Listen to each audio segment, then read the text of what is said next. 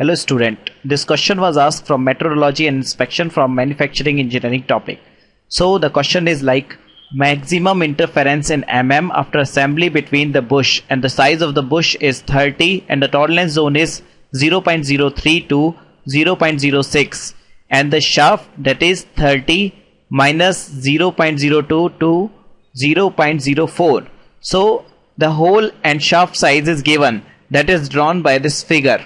I have drawn this dimensions by figure.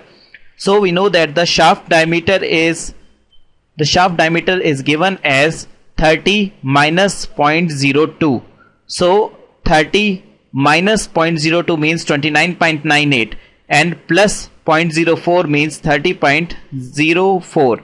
So this one 30.04 is the maximum size of the shaft. So maximum size of the shaft is given as 30.04 and minimum size of the shaft is given as 29.98. So this is given. Also the size of the hole is also given. The size of the hole is 30 plus 0.03 to 0.06. So 30.03 means 30.03 and 30.06. So this is the dimension of the hole. So minimum hole means this limit and maximum size of the hole is this one. So that is given here. So maximum size of the hole is 30.06 and minimum size of the hole is 30.03.